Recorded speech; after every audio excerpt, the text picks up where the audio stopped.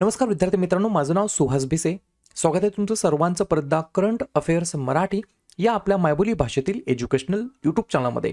विद्यार्थी मित्रांनो, आज आहे 13 जानेवारी 2026. आजच्या दिवसाचे जेवढेही चालू घडामोडीचे महत्त्वाचे टॉप प्रश्न बनत असतील ते सर्व प्रश्न आपण या व्हिडिओच्या माध्यमातून पाहणार आहोत. तरी सर्वप्रथम आपण जर नवीन असाल, पहिल्यांदा या चॅनलवरील व्हिडिओ पाहत असाल तर चॅनलला या ठिकाणी अवश्य सबस्क्राईब सुद्धा करून घेऊ शकता. ठीक आहे, चला तर मग आपण आजच्या व्हिडिओला सुरुवात करूया. त्या अगोदर कालच्या व्हिडिओमध्ये जो काही शेवटचा प्रश्न विचारला होता त्या प्रश्नाचं उत्तर जाणून घेऊया. काय होता प्रश्न? भारतातील पहिली हायड्रोजनवरती चालणारी ट्रेन कोणत्या राज्यामध्ये सुरू होणार आहे? तर बऱ्याच विद्यार्थी मित्रांनी अगदी योग्य उत्तर टाईप करून सांगितलं आहे. पर्याय क्रमांक बी हरियाणा हे या प्रश्नाचं योग्य उत्तर असणार आहे, ज्या राज्याच्या अंतर्गत भारतातील पहिली इंडियाज फर्स्ट हायड्रोजन बेस्ड या ठिकाणी जी काही ट्रेन आहे ती या ठिकाणी सुरू होणार आहे. क्लिअर? आता पाहूया विद्यार्थी मित्रांनो, प्रश्न क्रमांक पहिला. टोटल संपूर्ण व्हिडिओमध्ये 12 प्रश्न असतील. सुरुवातीपासून शेवटपर्यंत व्हिडिओ प्रामाणिकपणे पाहण्याचा प्रयत्न करा. एक एक प्रश्न महत्त्वाचा आहे, तुम्ही कोणत्याही परीक्षेची तयारी करा. आणि हां, अजून एक गोष्ट, या ठिकाणी विद्यार्थी व्हिडिओला लाईक तर करतच नाहीत, परंतु ॲटलिस्ट एवढं तरी सांगा मला कमेंटमध्ये की तुम्ही ज्या काही परीक्षा देत आहेत. आता ग्रुप सीची एक्झाम झाली ह्या रविवारी, त्याच्या अगोदर झाली. एक्झाममध्ये या ठिकाणी कंटेंटचा फायदा होतो की नाही, एक्झाममध्ये या कंटेंटमधील प्रश्न येतात की नाहीत, इयरबुकमधील प्रश्न येतात की नाहीत, तुमचा आत्तापर्यंतचा पास्ट अनुभव, एवढं तरी मला तुम्ही कमेंट करत चला. या ठिकाणी मला ते वाचून खूप आनंद होतो आणि ते बाकीच्या सुद्धा विद्यार्थ्यांना लक्षात येईल की या चॅनलचा या ठिकाणी एक्झाममध्ये फायदा होतो. बरोबर की नाही? जेव्हा तुम्ही एखादी कमेंट करता की सर आमचा असा अनुभव आहे, आम्हाला फायदा झाला, तोटा झाला किंवा अजून काही इम्प्रूव्हमेंट करायची आहे का, या जेव्हा तुम्ही कमेंट करता तेव्हा बाकीचे व्हिडिओ बघणारे जे काही नवीन विद्यार्थी असतात त्यांना सुद्धा लक्षात येतं की ठीक आहे बाबा, हे चॅनल चांगलं आहे, रेग्युलर फॉलो करण्यासारखं आहे. बरोबर की नाही? ठीक आहे. प्रश्न क्रमांक पहिला काय आहे? खालीलपैकी कोणता भारतातील पहिला जैव आनंदी जिल्हा या ठिकाणी बनणार आहे? प्रश्न क्रमांक पहिल्याचं योग्य उत्तर आहे पर्याय क्रमांक डी केई पन्न्योर असं या ठिकाणी त्या डिस्ट्रिक्टचं नाव आहे, जिल्ह्याचं नाव आहे. लक्षात घ्या, 2 पॉईंट लिहून घ्या. ही जी काही संकल्पना आहे ती MS स्वामीनाथन रिसर्च फाउंडेशनच्या सहकार्याने हा प्रकल्प सुरू आहे, ज्याचा उद्देश जैव विविधतेचे संवर्धन आणि लोकांचे जीवनमान सुधारणे हा याच्या मागचा उद्देश आहे. आणि अजून एक पॉईंट लिहून घ्या, पर्यावरणाचे रक्षण, आरोग्य आणि तंत्रज्ञान यांचा मेळ साधून शाश्वत विकासाकडे वाटचाल करणे या उद्देशाने या ठिकाणी केई पन्न्योर हा भारतातील पहिला जैव आनंदी जिल्हा या ठिकाणी बनणार आहे. ठीक आहे, लगेच काय करूया मग, बाकीचे जे काही प्रथम घटना या ठिकाणी घडलेल्या आहेत त्याच्यावरती चर्चा करूया. लिहून घ्या, पहिले पूर्णपणे सौर ऊर्जेवर चालणारे प्राणी संग्रहालय बन्नेरघट्टा बायोलॉजिकल पार्क, पहिले या ठिकाणी electric truck battery swapping station सोनीपतमध्ये, पहिला वन्यजीव सुरक्षित रस्ता NH45 मध्य प्रदेशमध्ये, पहिल्या डिजिटल आदिवासी स्वातंत्र्य सैनिक संग्रहालयाचे उद्घाटन छत्तीसगडमध्ये, पहिले PPP मेडिकल कॉलेज मध्य प्रदेशमध्ये, पहिले स्वदेशी MRI स्कॅनर कोठे विकसित करण्यात आलं?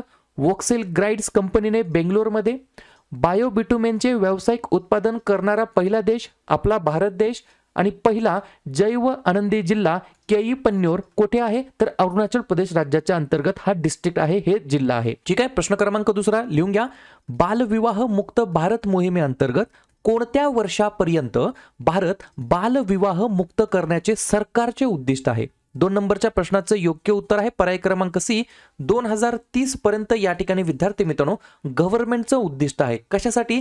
बालविवाह मुक्त करण्याचं या ठिकाणी सरकारचं उद्दिष्ट आहे. याच्याबद्दल काही 4-5 पॉईंट्स आहेत, ते लिहून घ्या. पहिला पॉईंट, बालविवाह मुक्त भारत मोहिमेचे उद्दिष्ट 2026 पर्यंत बालविवाहाचे प्रमाण 10% कमी करणे आणि 2030 पर्यंत भारत पूर्णपणे बालविवाह मुक्त करणे हा याच्या मागचा या ठिकाणी उद्देश आहे. छत्तीसगडमधील बालोद जिल्ह्याने 2025 मध्ये भारतातील पहिला बालविवाह मुक्त जिल्हा बनून एक महत्त्वाचा ऑलरेडी टप्पा गाठलेला आहे. बालविवाह मुक्त भारत मोहीम ही मोहीम भारत सरकारच्या महिला आणि बाल विकास मंत्रालयाच्या द्वारे या ठिकाणी राबवण्यात येत असते. या गोष्टी तुम्हाला लक्षात ठेवायच्या आहेत. ठीक आहे.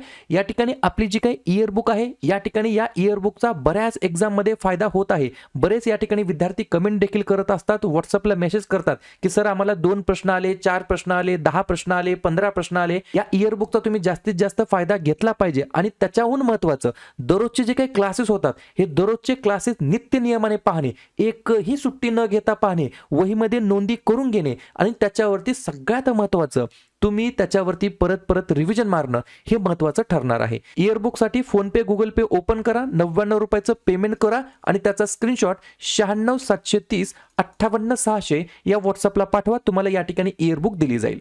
पुढचा प्रश्न क्रमांक 3. अरलम वन्यजीव अभयारण्य कोणत्या राज्यामध्ये स्थित आहे?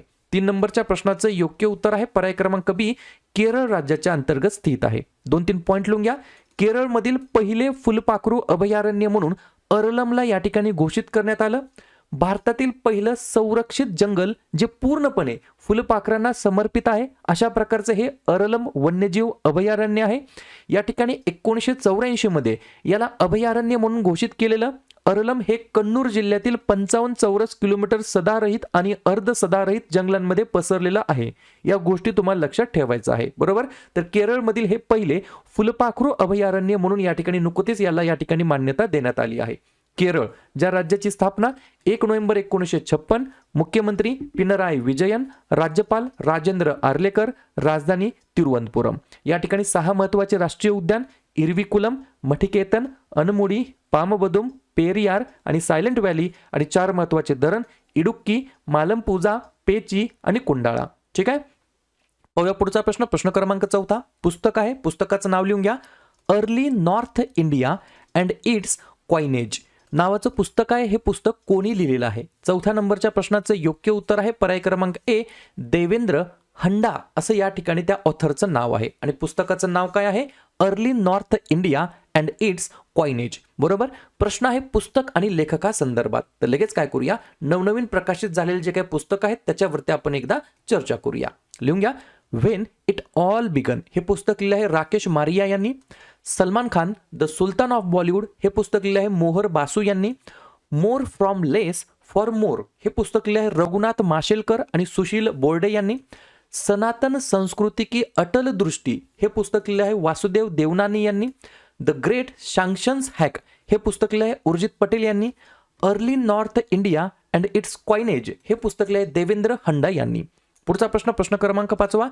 कोणत्या राज्याने भारताची पहिली डीप टेक स्टार्टअप पॉलिसी या ठिकाणी सुरू केलेली आहे? 5व्या नंबरच्या प्रश्नाचं योग्य उत्तर आहे पर्याय क्रमांक डी, तमिळनाडू हे या प्रश्नाचं योग्य उत्तर असणार आहे. तर तमिळनाडू राज्य सरकारने त्या राज्याच्या अंतर्गत भारताची पहिली India's first deep tech startup policy सुरू केलेली आहे. 2 पॉइंट लिहून घ्या. याच्या मागचा उद्देश काय आहे? तर विज्ञान आधारित संशोधनाचे व्यावसायिक समाधानांमध्ये रूपांतरण करणे आणि राज्याला डीप टेक हब बनवणे हा याच्या मागचा उद्देश आहे. आणि लक्ष्य काय आहे? तर 100 डीप टेक स्टार्टअप्सला पाठिंबा देणे आणि सार्वजनिक खाजगी निधीतून 100 कोटी रुपये जमा करणे. या सर्व लक्ष्याने, या सर्व उद्दिष्टाने या ठिकाणी हे धोरण सुरू करण्यात आलं आहे तमिळनाडू राज्याच्या अंतर्गत. तमिळनाडू ज्या राज्याची स्थापना 1 नोव्हेंबर 1956 झाली. मुख्यमंत्री आहेत MK स्टालिन, राज्यपाल आहेत RN रवी, राजधानी आहे चेन्नई. 3 महत्त्वाचे या ठिकाणी राष्ट्रीय उद्यान आहेत मन्नर, मरीनची आखात, इंदिरा गांधी, मुदुमलाई आणि 4था आहे मुकुर्ती आणि 2 महत्त्वाचे धरण मेत्तूर आणि भवानी सागर. ठीक आहे. पुढचा प्रश्न क्रमांक 6. लेदर एक्सपोर्ट्स काउन्सिलचे नवीन अध्यक्ष म्हणून कोणाची नियुक्ती या ठिकाणी करण्यात आली? तर पर्याय क्रमांक सी, रमेश कुमार जुनेजा असं त्यांचं नाव आहे. काय नाव आहे? रमेश कुमार जुनेजा असं त्यांचं नाव आहे. लेदर एक्सपोर्ट्स काउन्सिलचे अध्यक्षपद त्यांना या ठिकाणी करण्यात आलेलं आहे. लेदर एक्सपोर्ट काउन्सिल ही वाणिज्य आणि उद्योग मंत्रालयाने प्रायोजित केलेली निर्यात प्रोत्साहन परिषद आहे. आणि या ठिकाणी त्याचे जे काही चेअरमन आहेत, अध्यक्ष आहेत ते रमेश कुमार जुनेजा यांना या ठिकाणी त्या पदाला या ठिकाणी नियुक्त करण्यात आलं आहे. पुढचा प्रश्न क्रमांक 7. परिधान निर्यात प्रोत्साहन परिषद ज्याला आपण बोलतो AEPC चे नवीन अध्यक्ष म्हणून कोणाची नियुक्ती करण्यात आली? 7व्या नंबरच्या प्रश्नाचं योग्य उत्तर आहे पर्याय क्रमांक बी, डॉक्टर A सक्तिवेल असं त्यांचं नाव आहे. काय नाव आहे? डॉक्टर A सक्तिवेल असं त्यांचं नाव आहे. परिधान निर्यात प्रोत्साहन परिषदेचे नवीन अध्यक्ष म्हणून त्यांची नियुक्ती करण्यात आली. AEPC म्हणजे काय? अपॅरल एक्सपोर्ट प्रमोशन काउन्सिल. बरोबर. जागतिक बाजारपेठेमध्ये भारतीय वस्त्रे आणि कापडांच्या निर्यातीला प्रोत्साहन आणि समर्थन देणे या उद्देशाने या ठिकाणी हे AEPC ची स्थापना करण्यात आली होती. ठीक आहे. प्रश्न आहे दोन्ही सलग नियुक्तीबद्दल. या ठिकाणी नियुक्तीवरती जर सेपरेट व्हिडिओ पाहिजे असेल तर मला कमेंट करून सांगा. सेपरेट 2026 मध्ये जे काही नवनवीन नियुक्त्या झाल्यात त्याच्यावरती आपण व्हिडिओ लवकरच डिलिव्हर करू. ठीक आहे. पुढचा प्रश्न क्रमांक 8. भारतातील पहिले पूर्णपणे कागदविरहित पेपरलेस जिल्हा न्यायालय कोणते बनलेले आहे? 8व्या नंबरच्या प्रश्नाचं योग्य उत्तर आहे पर्याय क्रमांक ए, कालपेट्टा न्यायिक जिल्हा. कोणतं? कालपेट्टा न्यायिक जिल्हा हा या ठिकाणी किंवा हे जिल्हा न्यायालय भारतातील पहिलं पूर्णपणे कागदविरहित जिल्हा न्यायालय या ठिकाणी ठरलेलं आहे किंवा बनलेलं आहे. तर बाकीच्या प्रथम घटनावरती एकदा जाता जाता चर्चा करूया. जलसकारात्मक दर्जा प्राप्त करणारा भारतातील पहिलं विमानतळ इंदिरा गांधी आंतरराष्ट्रीय विमानतळ. SIR अंतर्गत मतदार याद्या पूर्णपणे डिजिटायझेशन करणारं पहिलं राज्य राजस्थान. भारतीय लष्कराचे पहिले कम्युनिटी रेडिओ स्टेशन अरुणाचल प्रदेशमध्ये. ISO प्रमाणपत्र मिळणारे भारतातील पहिले राज्य शिक्षण मंडळ बिहारचं. आणि पहिले पूर्णपणे कागदविरहित जिल्हा न्यायालय ठरलं आहे कालपेट्टा न्यायिक जिल्हा न्यायालय. माझ्या मते हे केरळ राज्याच्या अंतर्गत स्थित आहे. पुढचा प्रश्न क्रमांक 9. तमिळनाडू ॲश्युअर्ड पेन्शन योजनेअंतर्गत कर्मचाऱ्यांना अंतिम मूळ वेतनाच्या किती टक्के पेन्शनची हमी या ठिकाणी देण्यात आलेली आहे? तर पर्याय क्रमांक डी, अंतिम जे काही वेतन आहे मूळ वेतन बेसिक बरोबर त्याच्या 50% या ठिकाणी पेन्शनची हमी देण्यात आली आहे. ही योजना शेवटच्या मूलभूत वेतनाच्या 50% इतकी पेन्शनची हमी देते. कर्मचारी मूळ पगाराच्या 10% योगदान देतील आणि उर्वरित रक्कम राज्य सरकार देईल हे देखील या ठिकाणी याच्या अंतर्गत सांगण्यात आलेलं आहे. ठीक आहे. पुढचा प्रश्न, केंद्रीय शिक्षण मंत्री धर्मेंद्र प्रधान यांनी अलीकडेच कोणत्या ठिकाणी शास्त्रीय भारतीय भाषांमधील 55 साहित्य कृतींचे प्रकाशन केले आहे? 10व्या नंबरच्या प्रश्नाचं योग्य उत्तर आहे पर्याय क्रमांक सी, नवी दिल्ली या ठिकाणी. पॉइंट लिहून घ्या. भारताच्या भाषिक वारशाला शिक्षण, संशोधन आणि सांस्कृतिक अभिमानाच्या केंद्रस्थानी ठेवण्याच्या आपल्या मोठ्या राष्ट्रीय प्रयत्नांचा हा एक भाग आहे, इनिशिएटिव्ह आहे. क्लिअर? पाहूया पुढचा प्रश्न क्रमांक 11. भूतानमधील भारताच्या राजदूताने कोणत्या राज्याचा सांस्कृतिक दौरा या ठिकाणी नुकताच केलेला आहे? तर पर्याय क्रमांक बी, ओडिसा हे या प्रश्नाचं योग्य उत्तर असणार आहे. तर भूतानमधील भारताच्या राजदूताने ओडिसा राज्याचा कल्चरल व्हिजिट या ठिकाणी सांस्कृतिक दौरा केलेला आहे. ओडिसा क्राफ्ट्स म्युझियम कलाभूमी येथे भूतानमधील भारताचे राजदूत संदीप आर्य यांचे आतिथ्य करणे हा एक सन्मान होता. त्यांच्या भेटी दरम्यान त्यांनी संग्रहालयाच्या गॅलरींना भेट दिली, ओडिसाच्या समृद्ध कला, हस्तकला आणि सांस्कृतिक वारशाचा शोध घेतला आणि पारंपरिक हस्तकलांचे जतन आणि संवर्धन करण्याचे प्रयत्नांचे या ठिकाणी कौतुक देखील केलेलं आहे. जाता जाता पाहूया शेवटचा प्रश्न क्रमांक 12. सोमनाथ मंदिर खालीलपैकी कोणत्या राज्यामध्ये स्थित आहे? 12व्या नंबरच्या प्रश्नाचं योग्य उत्तर आहे पर्याय क्रमांक ए, गुजरात या राज्याच्या अंतर्गत स्थित आहे. प्रश्न का महत्वाचा? 2 पॉइंट लिहून घ्या. गुजरातमध्ये 8 ते 11 जानेवारी दरम्यान सोमनाथ स्वाभिमान पर्व साजरा करण्यात आला. पंतप्रधान नरेंद्र मोदी यांच्या निर्णयानंतर आयोजित करण्यात आलेला हा 4 दिवसांचा कार्यक्रम ऐतिहासिक सोमनाथ मंदिरावरील पहिल्या हल्ल्याचा 1000 वर्षांच्या स्मरणार्थ आहे. त्याच्यामुळे कदाचित हा प्रश्न विचारला जाऊ शकतो. सोमनाथ टेम्पल, सोमनाथ मंदिर कोणत्या राज्यामध्ये स्थित आहे? कोणत्या राज्यामध्ये स्थित आहे? गुजरात राज्यामध्ये स्थित आहे. क्लिअर? तर अशा प्रकारे विद्यार्थी मित्रांनो हे होतात 12 प्रश्न. उपक्रम कंटेंट हा जो काही प्रयत्न आपण सुरू केलाय मराठी भाषेमध्ये कसा वाटतो अवश्य कमेंट करत चला. आणि तुमच्यासाठीचा आजचा खास प्रश्न, बायोबिटुमेनचे व्यावसायिक उत्पादन करणारा पहिला देश कोणता ठरला आहे? फ्रान्स, जर्मनी, भारत की रशिया? तर ज्या पण विद्यार्थ्यांनी या प्रश्नाचं योग्य उत्तर येत असेल त्या प्रश्नाचं उत्तर तुम्ही कमेंट बॉक्समध्ये देण्याचा प्रयत्न करा. प्रश्नाचं उत्तर चुकू द्या, बरोबर येऊ द्या, काहीच हरकत नाही. ट्राय करणं, प्रयत्न करणं सर्वात जास्त महत्त्वाचं आहे. आणि दुसऱ्या दिवशी येऊन आपण दिलेल्या प्रश्नाचं उत्तर हे बरोबर आले की चुकलं, दुसऱ्या दिवशी येऊन नेहमी चेक करणं, अभ्यासामध्ये कन्सिस्टन्सी मेंटेन ठेवणं हे सगळ्यात जास्त महत्त्वाचं ठरणार आहे. तर लगेच काय करूया, जानेवारी महिन्यातील जेवढेही महत्त्वाचे दिवस असतील त्याच्यावरती आपण एकदा रिव्हिजन टाकूया. लिहून घ्या. 1 जानेवारी DRDO स्थापना दिवस आणि जागतिक कुटुंब दिवस. 2 जानेवारी महाराष्ट्र पोलीस दल स्थापना दिवस. 3 जानेवारी सावित्रीबाई फुले जयंती, महाराष्ट्रामध्ये बालिका दिवस म्हणून.